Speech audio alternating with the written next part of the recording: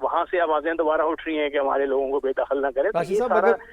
اگر مجھے آپ 1 منٹ دیں تو میں کچھ اعداد و شمار کچھ چیزیں جو حقائق جو ہم نے ریسرچ کی جو مختلف چیزوں سے سامنے آئی وہ میں آپ کے سامنے رکھوں, پھر اگر آپ اس پر تجزیہ دے سکیں کہ جب کل اور آج کے جو حملے کیے گئے, جسے 2 بڑے حملے کہا جاتا ہے دہشت گردوں کی جانب سے جو اقدامات کیے گئے, ایک طرف جہاں پہ ہم نے دیکھا کہ ملک دشمن دہشت گرد عناصر جو ہے وہ زمینی جو ہے وہ حملے کر رہے تھے, تو دوسری طرف جو ہے ہم نے دیکھا سائبر سپیس اور سوشل میڈیا کا استعمال کرتے ہوئے انہی ملک دشمن عناصر کی طرف سے جو ہے وہ ایجنٹس تھے, ان کے ٹاؤٹس تھے, ٹرولز تھے, اس کی طرف سے وہاں پر جو ہے وہ جنگ کی جا رہی تھی. ایک تو یہ پہلو سامنے آیا, اور دوسرا جب 3 نومبر کی رات سے اگر دیکھا جائے تو را سے جڑے, را جو بھارتی انٹیلیجنس ایجنسی ہے اس سے جڑے ایکس اکاؤنٹس فرنٹل فورس, بابا بنارس اور دوسرے کئی اکاؤنٹ سے آج جو میاں والی میں ایئر بیس پر حملہ کیا گیا اس کے پہلے سے اشارے دے رہے تھے, ان سے جڑے ہوئے جو ہے وہ اشارے دے رہے تھے, جس سے یہ بات ثابت ہوتی ہے اب تک کہ اگر ان کو اشاروں کو نقطوں کو دیکھا جائے, ان کی جو ہے وہ لابنگ پہلے سے جو کی جا رہی تھی ان کو دیکھا جائے تو ایسے لگتا ہے کہ اور بالکل کلیئر ہوگی کہ ہندوستان کی جو انٹیلیجنس ایجنسی را ہے وہ پاکستان میں بدامنی کو فروغ دے رہی ہے, وہ پاکستان میں مزید دہشت گردی کو پروموٹ کرنا چاہتی ہے را ایک پراپر گنڈے کے تحت. اور دوسرا پوائنٹس اگر دیکھا جائے تو جب یہ میاں والی ایئر بیس پر حملہ ناکام ہوا تو کس طریقے سے بھارتی میڈیا نے سانحہ 9 مئی کی تصویریں اٹھا کر وہاں لگائی اور یہ کہا کہ شاید ایئر بیس پر جو ایئر فورس کا حملہ تھا اس میں بہت نقصان ہوا. یہ بھی ایک پروپیگنڈے کے ٹولز استعمال کیے گئے. تیسرا پوائنٹ میں آپ کے سامنے رکھنا چاہ رہا ہوں کہ کچھ ایسے گھٹیا ٹرولرز جو پاکستان سے باہر بیٹھے ہیں انہوں نے انڈیا کے ساتھ مل کر اس جشن کو منانا شروع کیا کہ بھارت جو ہے وہ پاکستان میں دہشت گردی ہوئی ہے اور کامیاب ہوئی, اس کو ایک جشن کے طور پہ لیا. یہ بھی آپ نہیں لگ رہا کہ تمام نکات وہاں پر, تمام اشارے وہاں سے مل رہے ہیں. اور پھر اس کے ساتھ جو 9 مئی کا حملہ ہوا تھا اس میں اصل حملہ تو وہ کہتے ہیں, سوشل میڈیا پہ ایک میں نے دیکھا تو وہ کہتے ہیں اصل حملہ تو اسے کہتے ہیں. یعنی یہ بات ثابت ہوتی ہے کہ جو شہداء ہیں اور پھر ان کے ورثہ ہیں ان کی بھی بے توقیری کی جا رہی ہے. وہ افراد جو کسی سیاسی جماعت سے منسلک ہیں یا نہیں ہیں, یا وہ انڈائریکٹلی یا ڈائریکٹلی را کے ساتھ مل کے پاکستان میں دہشت گردی کو پروموٹ کرنا چاہتے ہیں. اور پھر ایک اور اہم پوائنٹ جس کو میں دیکھ رہا ہوں کہ شاید جس طرح ہم نے ایک جس کی آپ بھی ذکر کر رہے ہیں کہ غیر قانونی غیر ملکیوں کے خلاف جو انخلا کا معاملہ, ایک بڑا فیصلہ لیا گیا جو پاکستان کی تاریخ میں شاید پہلے کبھی نہیں لیا. آج جب وہ بڑا فیصلہ لیا تو وہ دہشت گرد عناصر جو افغانستان کو پاکستان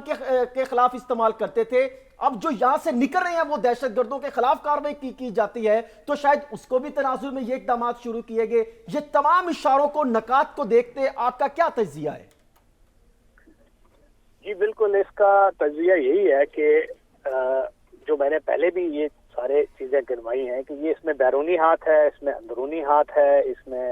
کچھ فرسٹریٹڈ سیاسی عناصر بھی شامل ہیں. اور سب سے بڑی بات ہے کہ یہ دہشت گردی کا جو پورا ایک نیٹ ورک کریٹ کیا ہوا تھا بیرونی مداخلت کاروں کی معاونت کے ساتھ, جب اس پہ ہاتھ ڈالا جا رہا ہے اور وہ منتشر ہو رہے ہیں تو وہ ان کی طرف سے یہ ایک ریزسٹنس ہے. اور ان کے جو بیرونی ہینڈلرز ہیں انہوں نے اپنی جو ایفرٹ ہے اس کو ری ڈبل کر دیا ہے تاکہ یہ جو ادھر ختم ہو رہے ہیں تو اس کو کسی قسم کا کوئی سہارا مل سکے. اب دیکھیں یہ ٹیل ٹیل سائن ہے کہ باہر سے اگر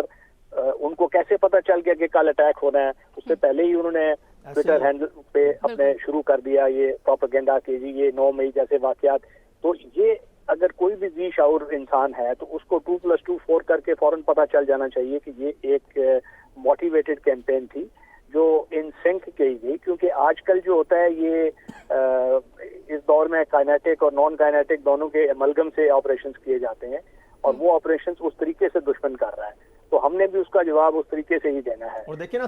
راشد صاحب 2 بڑے فیصلے ہوئے. کل الیکشن کا اعلان ہوا, یا تو وہ الیکشن کو رکوانا چاہتے ہیں, سبوتاژ کرنا چاہتے ہیں, اور پھر دوسرا غیر قانونی غیر ملکیوں کا انخلا. یہ 2 بڑے فیصلے ہیں جس سے ملک جو ہے وہ درست سمت کی طرف نکلے گا, دہشت گردی کا خاتمہ بھی ہوگا, ملک ترقی کی راہ پر بھی گامزن ہوگا. لیکن جب سے یہ پاکستان نے درست لائن لی ہے مثبت سوچ کے تحت, اس وقت جو ہے وہ را مختلف چیزوں کو دیکھتے ہوئے پاکستان میں دہشت گردی کو فروغ کرنا چاہتے ہیں. اور آپ نہیں سمجھتے کہ جو سیکیورٹی ادارے ہیں ہمارے, انہوں نے تمام حملے ناکام بھی کیے اور بھرپور طریقے سے ان کا جواب بھی دیا؟ جی دیکھیں, وہ یہ جو بھی پاکستان اپنے مفاد میں کوئی چیز مثبت کرنے کی کوشش کرے گا, چاہے وہ سیاسی استحکام کی طرف سفر ہو, چاہے وہ معاشی استحکام کی طرف سفر ہو, تو اس کو غیر مستحکم کرنے کا یہ مضمون جو کیمپین ہے یہ چلائی جائے گی. اور اب جو بھی وہ چلائے گا اس کا جو مکھی مقابلہ کرنا یہ ہمارا ایز اے سوسائٹی اس پہ فرض ہے. اور اب آپ دیکھ رہے ہیں کہ یہ انہوں نے جس طریقے سے یہ اس کو حملہ کیا اور اس میں سوشل میڈیا کو بھی استعمال کیا اور انڈیا کا جو مین اسٹریم میڈیا ہے وہ بھی اس میں شامل ہے. اور اس کے بعد یہ اندر جو ان کی کچھ ایسی وائسز ہیں جو وائکیریس پلیجر لیتی ہیں, یعنی کہ جو کام ہو رہا ہے پاکستان کی جو لا انفورسمنٹ ایجنسیز ہیں, اگر وہ جان ہتھیلی پہ رکھ کے قربانیاں دے رہی ہیں تو ان کی قربانیوں کو بھی بے توقیر کرنا اور اس طریقے سے بات چیت کرنا اور وائکیریس پلیجر ڈرا کرنا out of their death, out of their casualties. تو یہ تو میرا خیال ہے کہ اس سے تو مذاقہ خیز تو کوئی چیز ہو ہی نہیں سکتی. اور اس چیز کو اگر ہم نے زیادہ سیریسلی نہ لیا تو یہ پھر ایک انتشار کی طرف گامزن ہوں گے. تو ٹھیک ہے, انتشار کی طرف گامزن ہوں گے. بالکل راشد صاحب آپ ہمارے ساتھ ہی رہیے گا. عادل آپ کی جانب آؤں گی, جس طرح سے آپ اسلام آباد میں ہیں آپ کیا دیکھتے ہیں جس طرح سے یہ سوشل میڈیا میں جو ہے ایک پروپیگنڈا کیا جا رہا ہے اور سائبر کرائم کے حوالے سے اب جو ہے حکومت کو کیا اقدامات جو ہے حکومت کرنے چاہ رہی ہے اس پر؟ دیکھیں, سب سے پہلے تو ہمیں یہ دیکھنے کی ضرورت ہے کہ یہ سب کچھ کیسے وقت میں ہو رہا ہے. ہم بہت سی ڈومینز میں رائٹ ڈائریکشن پہ جانا شروع ہو گئے, جو ہمارے دشمن کو یہ چبھنا شروع ہو گیا, جس میں ہم ایک سیاسی استحکام کی جانب بڑھنا شروع ہو گئے, جس میں آپ کو نظر آنے لگ پڑا کہ ملک اب ایک رائٹ ڈائریکشن میں جو ایک سیاسی ہے جانی کیفیت تھی اس سے نکلے. اس کے چند گھنٹوں بعد یہ ہو جاتا ہے پھر ہم معاشی طور پہ, یعنی ہم جو قوتیں پروپیگنڈا کر رہی تھیں ہم خدا ناخواستہ ڈیفالٹ کر رہے ہیں. پاکستان جو ہے وہ بڑے, اس میں کوئی شک نہیں ہے, ایک کرٹیکل اکنامک جو فیز تھا اس سے نکلے. لیکن آئی ایم ایف کی اس وقت ہم رائٹ ڈائریکشن میں جا رہے ہیں, ہم ڈیفالٹ جیسے خطرے سے بچ گئے. ملک میں ایس آئی ایف سی کے زیر انتظام سرمایہ کاری آنے کا وقت آ گیا اور مشکل وقت سے ہم آلموسٹ اب ہم نکلنے کے قریب ہیں.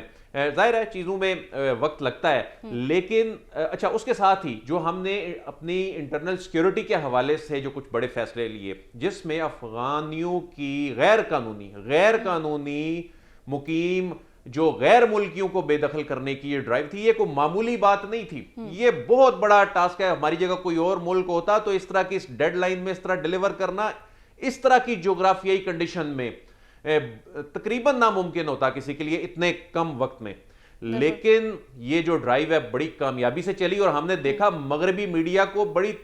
تکلیف تھی, بہت سے ممالک کے اسٹیبلشمنٹ کو بڑی سے تکلیف تھی, کیونکہ اس آڑ میں بہت سے ممالک کے کچھ ایسے لوگ فیسیلیٹیٹر تھے اس آڑ میں آ کر غیر قانونی طور پہ موجود تھے. تو جب ان کی دم پہ پیر آیا ہے تو اس کا ریئیکشن تو آنا تھا, لیکن ہماری جو سیکیورٹی فورسز ہیں ان کے لیے شاباش ہے, ان کو سلام ہے. اور جو ہمارے شہداء ہیں ہم پر قرض ہے ان کا, جس کی وجہ سے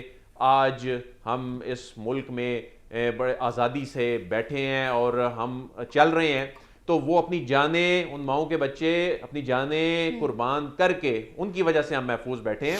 تو لیکن ہمارے کچھ نادان لوگ, ہمارے اپنے بھی کچھ نادان, میں انہیں نادان کہوں گا, وہ کچھ نادان لوگ بالکل اپنے کچھ نادان لوگ ہیں جو زہر اگل رہے ہیں پاکستان کے خلاف. بالکل ٹھیک ہے. عادل آپ کا کامنٹ آ چکا ہے, مجھے بریک کی جانب بڑھنا ہے. اور راشد ولی صاحب آپ کا بھی بہت شکریہ.